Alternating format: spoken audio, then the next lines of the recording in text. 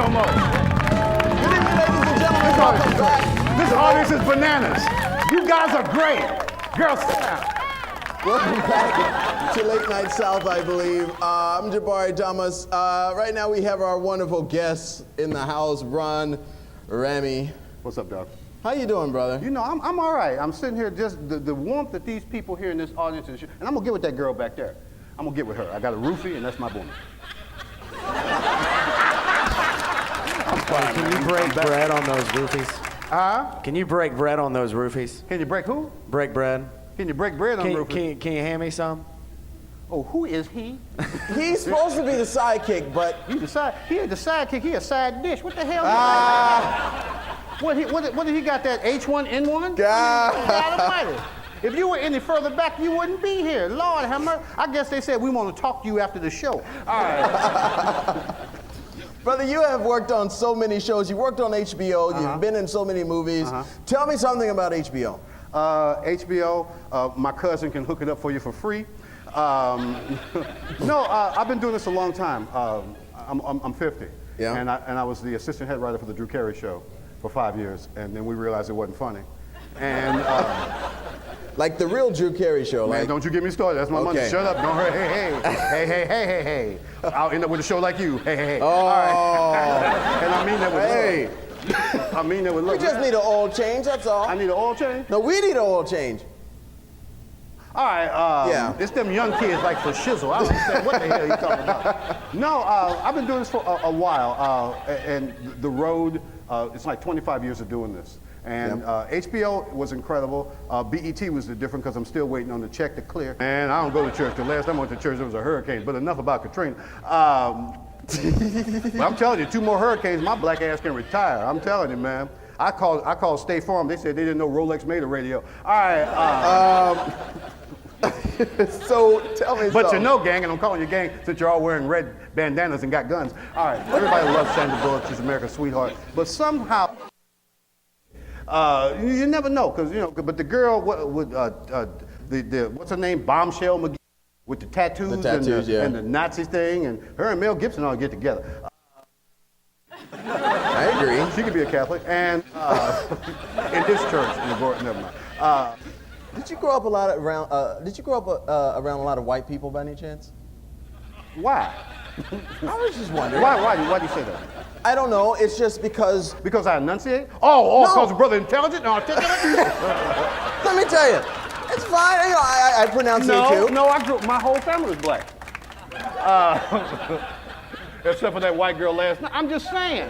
Oh, okay. Because once you go black, your credit gets bad. Now, stereotypical. All right, so, no, white side grew up. No, I have a multiplicity, triple word Scrabble, of friends from all walks. Yeah, all walks. Yeah. Tell me about some of the films. You did a film recently in Shreveport. It was W. W, yeah. How'd you and feel I thought it was a lot better than the part, because I played a black soldier that got killed. And happens every time. And I just did a scene in Green Lantern with Ryan Reynolds that I did. That we worked together at Two Guys and Girls in the Pizza Parlor, and he got me the part, and I got killed. And is there any movie you haven't been killed in? Not '01. There you go. So next, you know, this brother ain't gonna be in the sequel. Never happened. I think what we're gonna do is make Green Lantern 2, call it Green Lantern 2: The Apology. All right. Oh my goodness. The thing is about Twilight. Have you seen the Twilight movies? Hell no. I give a rat's ass about somebody biting me on the neck. Now that's totally Caucasian. That's totally Caucasian. It is. Man. They've only try to bite me on the neck, it's gonna be some stuff up in her. I am from St. Louis. I say her. Two dots over to you. They do not have. They've had one black vampire. Why do you get concerned about that? I don't. I'm just saying. No, but what was amazing was because Dave Chappelle, we were in Montreal. Montreal Comedy Festival. And my class of '98 was Monique, Niecy Nash, Craig Robinson, Mike Epps, and myself. We were class of '98 from Montreal. And Chappelle had a show, and that's when Wanda Sykes was straight because I was sleeping with her. And that's when she had straight hair? Yeah, right. And, man, I got to get me some exfoliant. And but no, Dave Chappelle had a show that was on Fox that they took off because they said there wasn't enough white people in the show.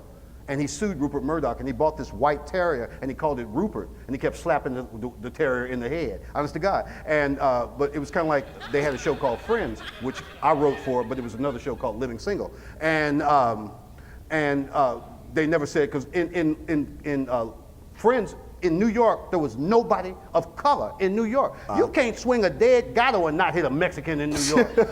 You can't fall over nobody brown in New York. So, you know, it's just, you know, it is what it is. It is what it is. I forgot the damn question. All right. I forgot it too. Vicodin, man. Vicodin. It was about Twilight. I mean, just about them not being anybody black. First of all, black people ain't go get in the woods and take their shirt off. They call that roots. And you'll probably bleep this, but that didn't work out too well. Black people do run around with that shit. Did you grow up around a bunch of white people? Jesus Lord. Well, yeah, sort of. I'm just gonna start calling you Carlton. It's not unusual. I bet you snitch in a minute. All right. They call me state evidence.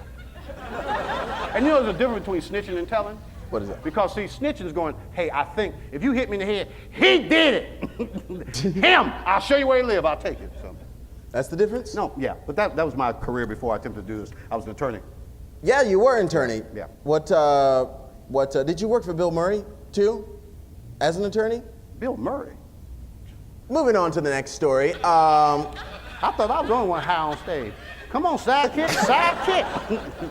I just let him drown. You what? I just let him drown when he You just let him drown? Yeah. But black people can't swim, so you might as well. That's gonna be a lot of that. Hey, but don't worry about it. It's always a race issue with Jabari. So Is it? Just.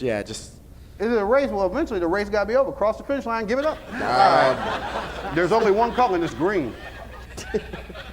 One thing, not your first time in Shreveport, but tell me your experience about coming to Shreveport. I opened up the first Funny Bone that was on the other side of the river.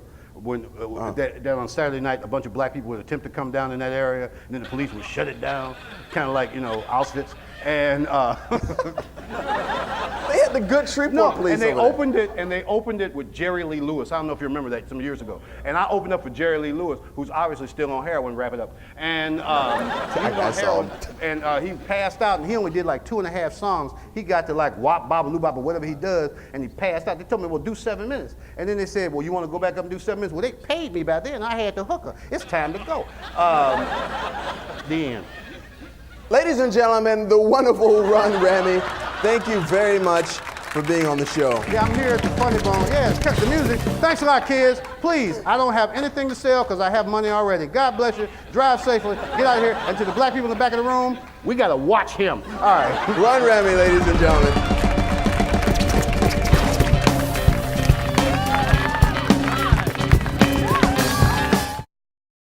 But stay out of the heat, be careful, don't go to the Gulf of Mexico, and I'm gonna end with this one joke. Here we go. Are you ready? Are you ready? Here we go. Really quick. 2 girls were sitting at a bar. One of them punched the other girl and said, hey, sure does look like a dull evening. The other one said, yeah, girl, I know. Try to be in bed by 10:30, if not, I'm going home. Thank you for watching the show. Let that soak in. Ladies and gentlemen, thank you for watching the show. We'll see you next time on Late Night South. I am Jabari Thomas. You'll have a blessed night. God bless you. Have a good night.